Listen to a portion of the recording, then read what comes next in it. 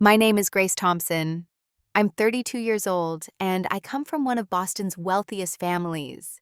10 years ago, I walked away from my inheritance to build my own life, much to my parents' dismay. I became the black sheep for refusing the lawyer or doctor path they'd planned. What they didn't know was that my grandmother, Martha, left me something that would change everything. Now, I'm returning to their luxury Christmas party after years of absence. If you're watching this, let me know where you're tuning in from, hit that like button, and subscribe to hear how my family's perception of me changed in one shocking moment. The Thompson estate stood like a fortress of wealth against Boston's winter sky. $15 million of architectural perfection, with its grand columns and immaculate gardens, now decorated with tasteful Christmas lights that probably cost more than most people's monthly rent. This was where I grew up, surrounded by luxury that most people only see in magazines. My father, William Thompson, was one of Boston's most successful corporate attorneys. His name carried weight in courtrooms and boardrooms alike. My mother, Eleanor, was a renowned plastic surgeon whose clientele included celebrities and socialites from across the country. They were the perfect power couple, wealthy, influential, and fiercely committed to maintaining the Thompson legacy. Then there were my siblings. Alexander, my older brother by 4 years, followed perfectly in our father's footsteps. Harvard Law, just like Dad, then straight into the family practice, where he quickly made partner through both merit and nepotism.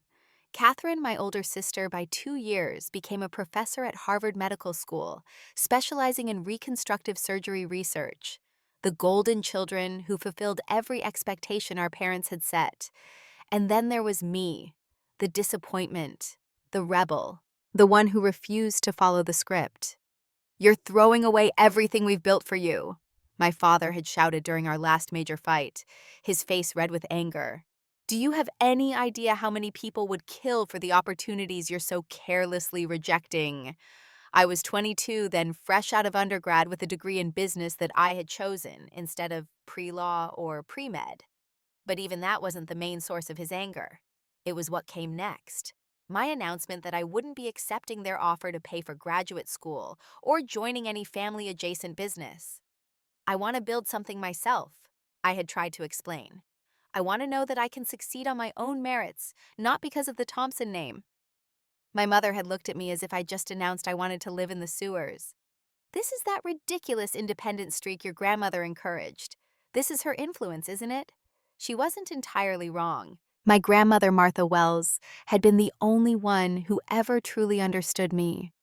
While my parents flaunted their wealth and status, Grandma Martha had built her real estate empire from nothing, starting with a single property investment after my grandfather died young. She understood the value of creating something yourself. "Sometimes the hardest path is the one most worth taking, Gracie," she'd told me during one of our secret Sunday afternoon teas away from my parents' judgment. "Your parents love you, but they fear what they don't understand. And they've never understood what it means to build something from nothing." When I left home after that explosive argument, I had exactly $3,000 in savings and a small suitcase of belongings. I refused to take anything else from my parents. What they didn't know was that Grandma Martha had been secretly mentoring me for years, teaching me everything she knew about business investments and property. Our special bond had started when I was just 12. I found her studying blueprints in her home office when everyone else was at some charity gala. I was too young to attend. Instead of sending me away, she pulled up a chair and began explaining her latest project, a mixed-use development that would include affordable housing units alongside luxury apartments. "Balance, Gracie," she'd said, her finger tapping on the affordable units section. "True success isn't just about how much you make, but about the good you do along the way." For 10 years, I'd lived by that principle, though my family never knew it. They assumed I was struggling, barely making ends meet with whatever mysterious career I'd chosen. In reality, I had built a successful startup that focused on connecting small ethical businesses with investors who shared their values. I wasn't a billionaire, but I was comfortable and proud of what I'd accomplished. I hadn't returned for any family gatherings since leaving. The occasional phone call on birthdays or holidays was the extent of our communication. But 6 months ago, Grandma Martha passed away at 92, leaving behind her immense fortune and the legacy of a self-made businesswoman who never forgot where she came from. Her funeral was the last time I saw my family, and even then we barely spoke. I stood apart from them during the service, feeling the weight of disapproval from across the cemetery. I noticed them whispering probably about my simple black dress that clearly wasn't designer, or my sensible car parked among their luxury vehicles. So why was I returning now for their annual Christmas extravaganza of all things? Because Grandma Martha had asked me to in her final letter to me, a handwritten note I received a week after her funeral. Go to Christmas, Gracie. Wear something simple. Be yourself. And remember everything I taught you about timing and business. Sometimes the right moment makes all the difference. I didn't understand what she meant, but I'd never refused any request from the woman who believed in me when no one else did. So here I was driving a rental compact car through the gates of the Thompson estate, my stomach twisted in knots as I prepared to face the family that had written me off years ago. The snow crunched beneath my tires as I pulled up behind a line of luxury cars. Mercedes BMWs, even a Bentley I recognized as my father's newest acquisition. Taking a deep breath, I checked my reflection in the rearview mirror. I looked professional in my simple navy blue dress. Not designer, but well-made and classic. My brown hair was pulled back in a neat bun, minimal makeup highlighting my natural features. I looked like exactly what I was. Successful, but not showy, confident, but not pretentious. Everything my family would hate. The grand double doors opened before I could even ring the bell. Jenkins, our family's longtime butler, stood there with the same impassive expression he'd mastered over 20 years of service. Only the slight widening of his eyes betrayed his surprise at seeing me. Miss Grace, he said with a formal nod, it has been some time. Hello, Jenkins, it's good to see you. I meant it. Jenkins had always been kind to me, sneaking me cookies when I was sent to my room without dinner for questioning my father's opinions at dinner parties. He took my coat, a good quality wool but nothing compared to the furs and designer labels hanging in the closet, and directed me toward the main living room. I could hear the murmur of conversations, the gentle tinkling of crystal glasses, and classical Christmas music playing softly in the background. The moment I stepped into the room, a hush fell over my immediate family, who were gathered near the massive fireplace. My mother recovered first, her surgically perfected face arranging itself into a smile that didn't reach her eyes. Grace, she said, gliding toward me in her red designer dress that probably cost more than the average person's monthly salary. What a surprise! We didn't think you'd come. That was a lie. I had RSVP'd 3 weeks ago, but acknowledging that would mean admitting they had believed I might not show up even after saying I would. Hello, Mother, I replied, accepting her air kiss that hovered near my cheek without making contact. Merry Christmas. My father approached next tumbler of expensive scotch in hand. Well, the prodigal daughter returns, he said with a tight smile. You're looking healthy. In my family, healthy was code for you've gained weight, though I was perfectly average in size. It was just another subtle dig, a reminder that I didn't meet the Thompson standard of perfection. You too, Dad, I replied evenly. Merry Christmas. Alexander stepped forward, flashing his perfect white teeth. My brother had always been handsome in that polished way that spoke of good genes and better dentistry. Little sister. What a surprise. We thought you were too busy with your… What is it you do again? He made a show of checking his new watch, a Patek Philippe that probably cost as much as a small car. I run my own business, I said, simply choosing not to elaborate. Oh, that's right. Some kind of small startup thing, he said dismissively. Well, I just closed the Brewster merger. $3 billion deal. Made partner bonus this year that would make your eyes water. Congratulations, I said, genuinely happy for him, despite his need to boast. Alexander had always needed validation, even as a child. Catherine and her husband Josh approached next. My sister looked elegant as always, in a designer green dress, her blonde hair swept into an elaborate updo. Grace, it's been ages. You look… She paused, searching for something to say. You look like you're doing well. I am, thank you. How are you still teaching at Harvard? Yes, and we just bought a house in Cambridge, 5 bedrooms close to campus. The real estate market is insane, but Daddy helped with the down payment. She glanced at our father, who nodded approvingly. That's what family is for, he said pointedly. The implication clear: help was available for those who followed the family plan. How about you, Grace? Still renting that apartment in... My mother trailed off, realizing she had no idea where I lived. Chicago, I supplied. And yes, still in the same place. I like it. Renting? My father scoffed softly. Throwing money away every month instead of building equity. That's exactly the kind of financial thinking that keeps people... He didn't finish the sentence, but he didn't need to.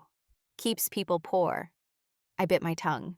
Arguing would only make this harder, and I had promised myself to keep things civil for Grandma Martha's sake. So I smiled and asked about the family business, which launched my father and brother into 20 minutes of self-congratulatory anecdotes about their recent legal victories. Dinner was a formal affair, served in the massive dining room on the antique mahogany table that seated 20, though tonight there were only 6 of us. The good china, crystal, and silver were out, a Thompson Christmas tradition regardless of how many guests were present. "So, Grace," my mother said as the first course was served, "are you seeing anyone?"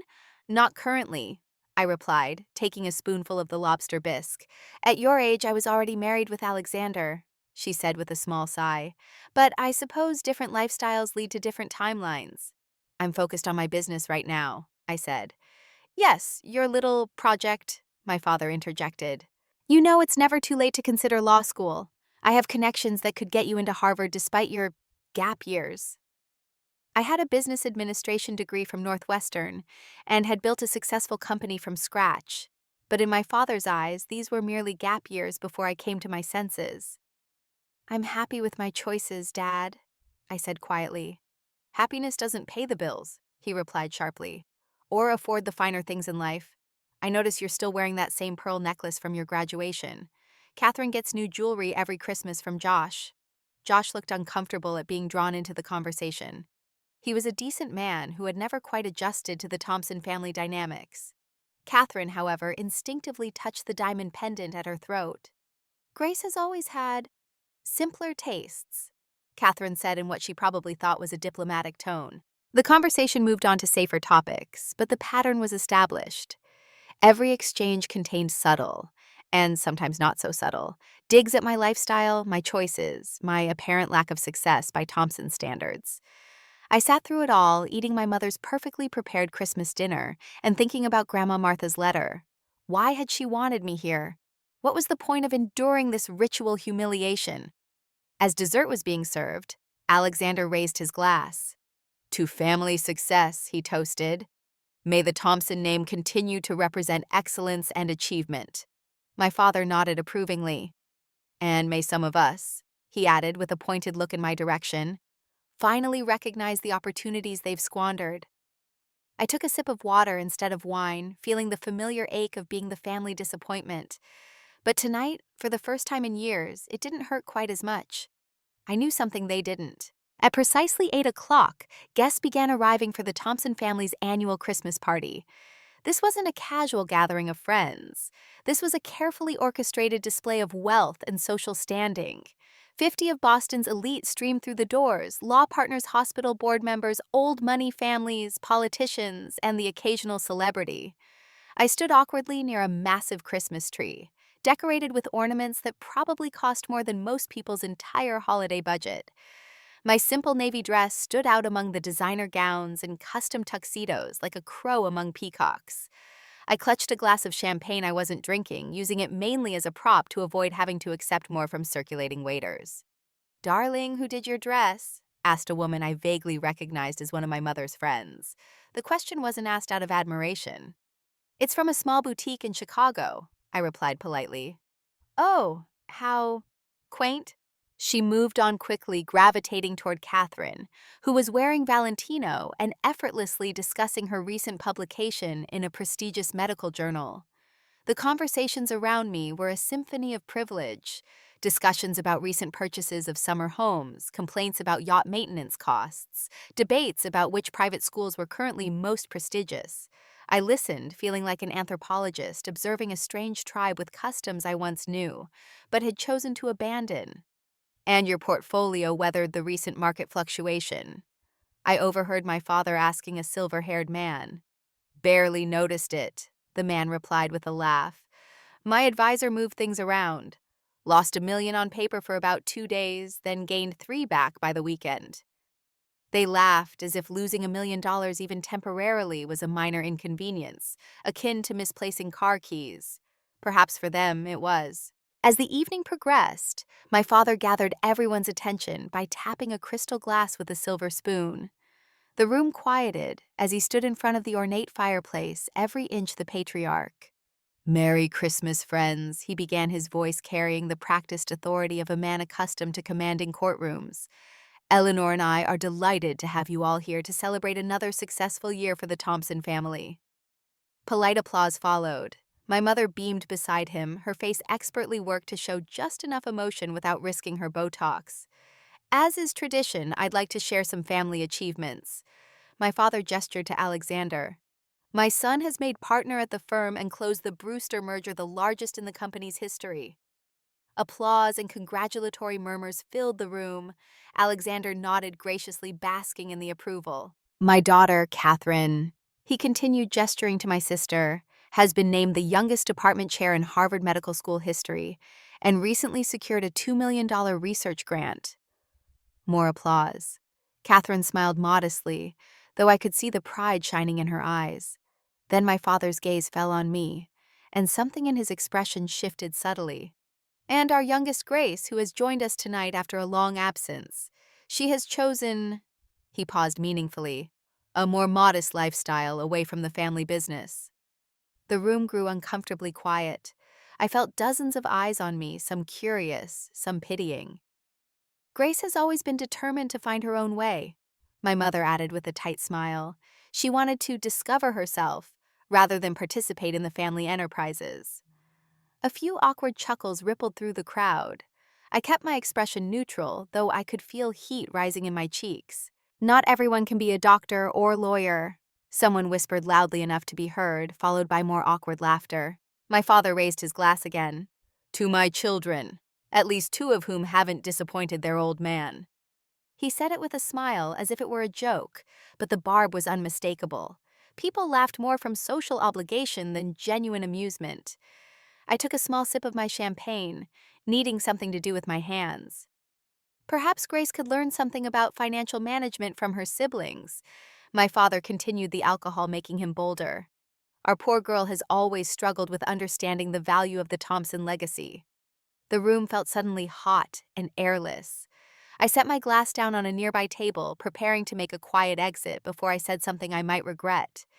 10 years ago, I might have shouted or made a scene.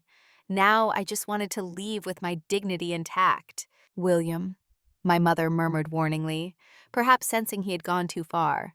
But my father was on a roll, buoyed by expensive scotch and a captive audience. It's all in good fun, he assured the room. Family can joke about these things. Grace knows we still love her, even if she chooses to live like she's on a budget reality show. More uncomfortable laughter. I took a step toward the door, calculating how quickly I could retrieve my coat and escape to my rental car. Maybe next year she'll come to her senses and rejoin civilization, my father concluded with what he clearly thought was generous humor. There's always room for a prodigal daughter, especially one who finally admits her father was right all along. I was almost at the doorway when Jenkins appeared, his normally impassive face showing a hint of urgency.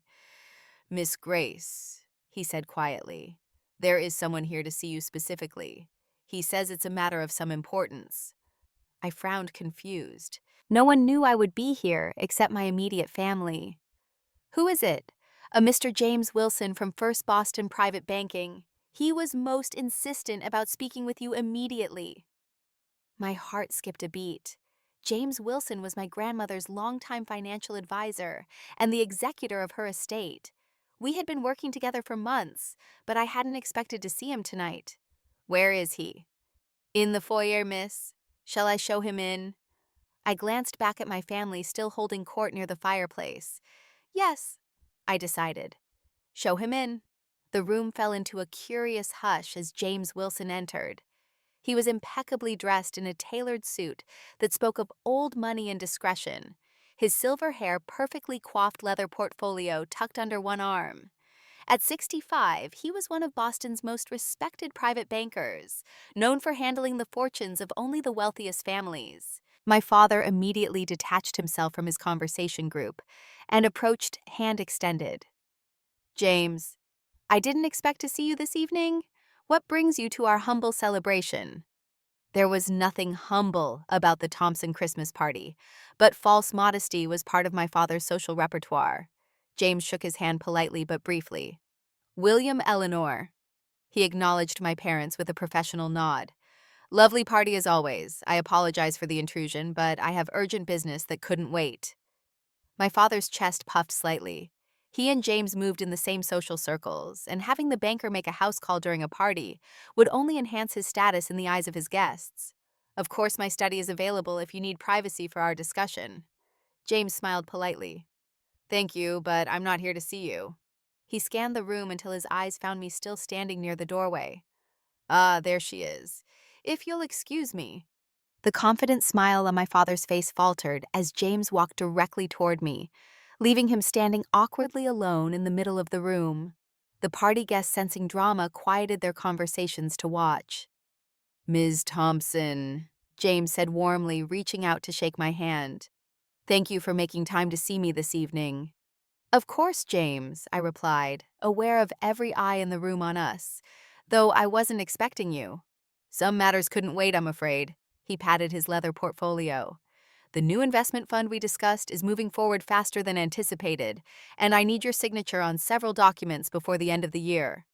My father appeared at James's elbow, confusion and irritation battling on his face. I wasn't aware that Grace had any business with First Boston Private, he said with a forced laugh.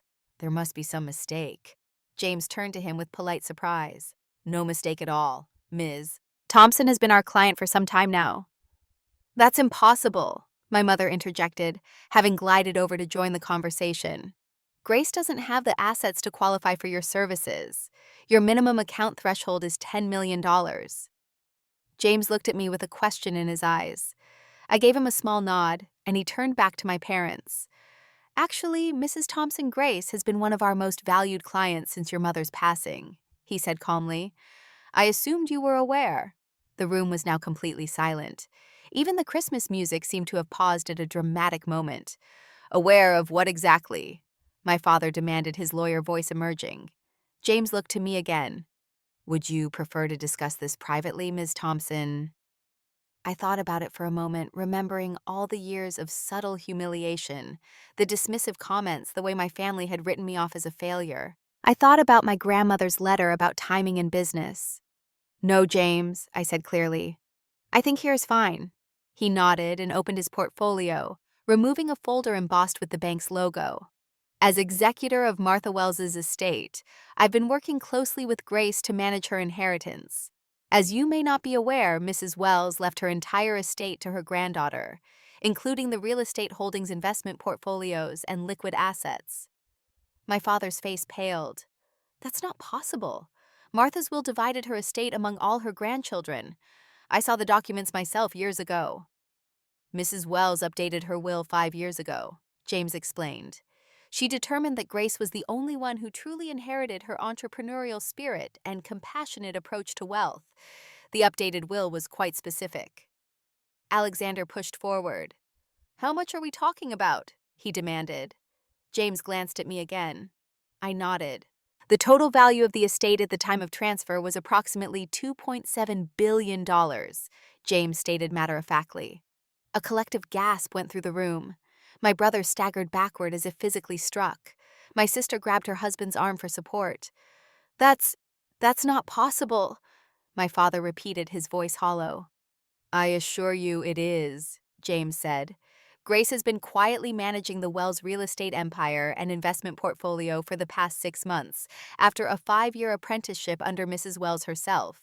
She's proven to be quite adept. The portfolio has increased by 12% under her direction.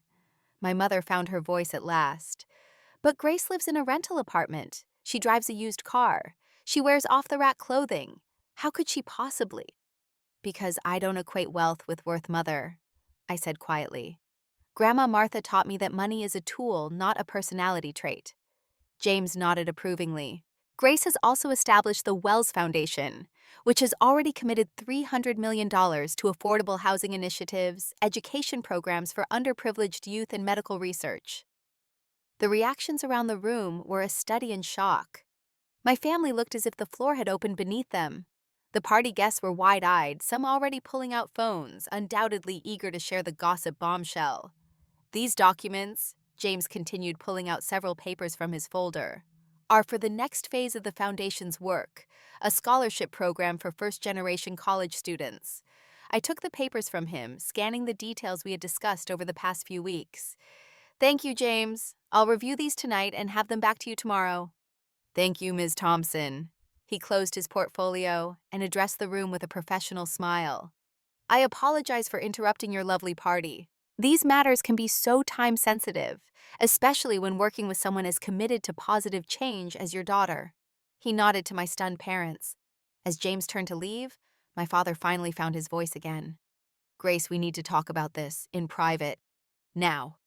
I looked at my father, really looked at him, perhaps for the first time in my adult life. I didn't see the intimidating patriarch anymore. I saw an aging man whose entire identity was wrapped up in appearances and status. For the first time, I felt sorry for him. We'll talk, Dad, I agreed, but not tonight. I think we've all had enough revelations for one evening. The moment James left, chaos erupted in the Thompson living room. Guests whispered frantically to each other, some discreetly leaving to spread the news, others lingering in hopes of witnessing more drama. My parents quickly ushered me, Alexander and Catherine, into my father's study, closing the heavy oak door behind us. What the hell was that? My father demanded, his face flushed with anger and embarrassment. Some kind of ambush, a public humiliation. I didn't know James was coming tonight, I said truthfully, though the timing was interesting. $2.7 billion, Alexander repeated, pacing the room like a caged animal. Grandma Martha had that much, and she left it all to you, the family screw-up. Alexander, my mother snapped, though whether she was objecting to his characterization of the money or of me wasn't clear. I'm not a screw-up, I said calmly. I never was. I just wanted different things than you did. This has to be contested, my father said, slipping into lawyer mode. Martha wasn't in her right mind. You manipulated her, isolated her from the family. I did nothing of the sort, I replied, maintaining my composure. Grandma Martha made her own decisions. She was sharp until the very end, as her doctors will attest, and I never asked for her money. Then why did she give it to you? Catherine asked, her voice quieter than the others. Why not divide it? Why not include all of us? I looked at my sister, the only one asking a real question instead of making accusations. Because she believed in what I was trying to build. Because we shared a vision about what wealth should do in the world. Which is what exactly? Live in a cheap apartment while sitting on billions. What's the point? Alexander demanded. The point is impact, not luxury, I explained. For the past 5 years, I've been building my company, which, by the way, is now valued at $80 million on its own merits. I connect ethical small businesses with impact investors who want to make a profit while making a difference. My family stared at me as if I were speaking a foreign language. Grandma Martha invested in my company when no one else would. She mentored me, taught me everything she knew about business and real estate. We worked together to create a plan for her legacy.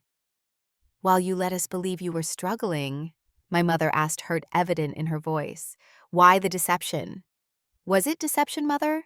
Or did you all just assume I was failing because I wasn't following your path? I challenged her. Did any of you ever actually ask about my business? Did you ever show any interest in what I was building? Their silence was answer enough. I never lied about my life. You just never bothered to learn the truth. I continued. You saw my apartment and assumed I couldn't afford better, rather than considering I might choose to live simply. You saw my clothes and assumed I was poor, not that I might value quality over labels. But why hide your success from us? Catherine pressed. We're your family. The same family that called me a disappointment. The same family where Dad just publicly called me our poor girl and suggested I take financial advice from my siblings. I didn't raise my voice, but my words landed with impact. You decided who I was years ago, and you never bothered to revise that opinion, even when evidence suggested otherwise. My father collapsed into his leather chair, suddenly looking older than his 65 years. So this was all some elaborate revenge plot. Make us look foolish in front of our friends and colleagues. No, Dad, this wasn't about you at all. That's what you've never understood. My choices weren't a rejection of you. They were an embrace of myself. Alexander stopped pacing and faced me directly. So what happens now? You're suddenly the matriarch of the Wells fortune, while the rest of us get nothing. That depends, I said, meeting his gaze steadily. Grandma Martha left specific instructions, but she also trusted my judgment. There's room for all of you in the foundation's work if you're genuinely interested. Charity work, my father scoffed. We're lawyers and doctors, not social workers. The foundation needs legal expertise, I pointed out. It needs medical knowledge for its healthcare initiatives. It needs business acumen for its investment strategies. But it needs people committed to its mission, not just its money. A knock at the door interrupted us. Jenkins entered with his usual composure, though even he seemed slightly off balance by the evening's events. Excuse me, but the guests are beginning to depart. They're asking to say goodbye to the hosts. My mother sighed and stood smoothing her dress with practiced poise. We'll continue this discussion later, she said firmly. For now, we need to salvage what's left of this evening. As they moved toward the door, I remained seated. I'll stay here if you don't mind. I think I've caused enough commotion for one night. My mother paused, looking back at me with an expression I couldn't quite read. Will you at least stay the night? Your old room is still available. I was surprised by the offer. I have a hotel reservation downtown. Please, she said, and for the first time in years I heard something like genuine emotion in her voice. There's clearly much we need to discuss. I nodded slowly. All right, I'll stay. After they left, I sat alone in my father's study, surrounded by the trappings of the life I had rejected. The leather-bound law books, the hunting prints, the crystal decanters of expensive liquor. Yet for the first time, I didn't feel judged by these symbols of Thompson's success. They were just things neither good nor bad in themselves, just like money. I pulled out my phone and sent a quick text to James. I think Grandma Martha planned this all along. His response came moments later. She always did have impeccable timing in business and in life. Merry Christmas, Grace. I smiled, picturing my grandmother's satisfied expression. She had given me more than money. She had given me the chance to redefine my relationship with my family from a position of strength. Alexander was the first to return to the study, closing the door quietly behind him. He looked at me for a long moment, then poured himself a drink from one of our father's decanters. I was an ass, he said finally. Tonight and, well, for years really. Yes, you were, I agreed, but without malice. He gave a short laugh. Direct as always. He took a seat across from me, swirling the amber liquid in his glass. Was any of it real? The struggling artist routine? I never claimed to be struggling, I corrected. And I was never an artist. I built a business, Alex. A successful one. Before or after Grandma's money? Before. Her initial investment helped, but the company stands on its own merits. He nodded slowly. And you really live in some tiny apartment by choice, drive a Toyota by choice? It's not tiny, it's efficient, and it's actually a Honda. I smiled slightly. But yes, by choice. I don't need 5 bedrooms for one person. I don't need a car that costs more than some people's homes. Huh. He seemed genuinely perplexed by the concept. And this makes you happy. The apartment doesn't make me happy or unhappy. It's just where I live. What makes me happy is creating something meaningful, helping businesses that are making a positive difference grow and thrive. Alexander stared into his glass for a long moment. I haven't been happy in years, he admitted quietly. The partnership, the big cases, the bonuses. None of it feels like anything anymore. It was perhaps the most honest thing my brother had said to me since we were children. It's not too late to change direction, I offered. He looked up, a spark of something like hope in his eyes. This foundation of yours, what exactly does it do? 6 months after that fateful Christmas party, I stood in the newly renovated offices of the Thomson Wells Foundation in downtown Boston. The space was modern but welcoming. Large windows overlooking the city, sustainable furniture walls, decorated with art from local artists in underserved communities. So much had changed since that night. As I looked around at my team busy at work, I could hardly believe the transformation that had occurred, not just in this building, but in my family. Catherine had been the first to really come around.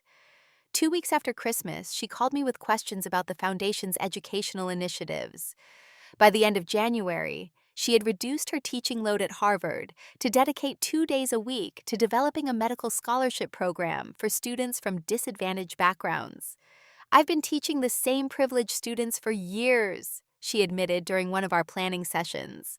It's rewarding, but there's so much untapped talent that never gets the chance because of financial barriers. Alexander took longer to come around. His identity had been so wrapped up in the family law firm that the idea of change terrified him. But by March, even he had begun consulting on the Foundation's affordable housing projects, bringing his legal expertise to bear on zoning issues and tenant rights. "I still get to be a ruthless negotiator," he joked during a meeting. "But now I'm using the powers for good instead of evil." My parents were the slowest to adjust. Decades of defining success in very specific terms couldn't be undone overnight, but even they were making progress. My mother had started offering pro bono reconstructive surgeries for victims of domestic violence, something she had always wanted to do, but never prioritized because it wasn't prestigious enough. My father was gradually stepping back from his high-profile corporate cases to mentor young attorneys from disadvantaged backgrounds. The foundation was flourishing. We had already funded 15 affordable housing developments across 3 states, established scholarship programs at 10 universities, and invested in dozens of small businesses with strong social missions. The Thompson name, once associated primarily with wealth and privilege, was beginning to mean something more. A knock at my office door pulled me from my thoughts. I turned to see my father standing in the doorway looking slightly out of place in his traditional suit amid the foundation's more casual atmosphere. "Do you have a minute?" he asked. "Of course," I said, gesturing to the chair across from my desk. "Everything okay?" He sat down carefully, placing his briefcase beside him. "I've been doing some thinking about what you said at Christmas, about choices and paths." I waited, giving him space to continue. "I didn't understand your choices 10 years ago," he admitted. "I couldn't see past my own vision of success to recognize that you might have a valid alternative." "It wasn't easy for me either, Dad," I said. "Walking away from everything I knew, disappointing you and Mom." He nodded slowly. "I've been disappointed about a lot of things in my life, Grace, but I'm beginning to think that I've been disappointed in the wrong things." He opened his briefcase and pulled out a folder. "I've drawn up some papers. I'm establishing a legal aid clinic for immigrants and low-income families. I'd like the foundation's support." I took the folder, surprised and touched. This was more than just acceptance of my path. This was my father finding a new path of his own. "We'd be honored to partner with you," I said sincerely. "I also owe you an apology," he continued, looking uncomfortable but determined. "The things I said at Christmas, and frankly for years before that, they were cruel and unfair." "They were," I agreed. "But we can move forward now." He looked around my office, taking in the awards for social entrepreneurship on the walls, the sustainable design, the purposeful atmosphere. "You've built something remarkable here, Grace, something your grandmother would have been proud of." "She'd be proud of how we're all changing," I replied. "This isn't just my work anymore. It's becoming a true family legacy." As my father left, I moved to the window overlooking Boston. Somewhere out there was my grandmother's first property investment, the beginning of an empire that she had built from nothing. She had taught me that true wealth wasn't about accumulation, but about impact. Not about what you have, but what you do with it.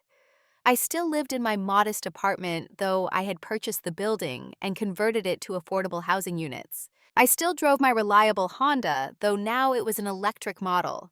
These choices weren't about deprivation, but about alignment, making sure my daily life reflected my deepest values. The Thompson family Christmas party this year would be different.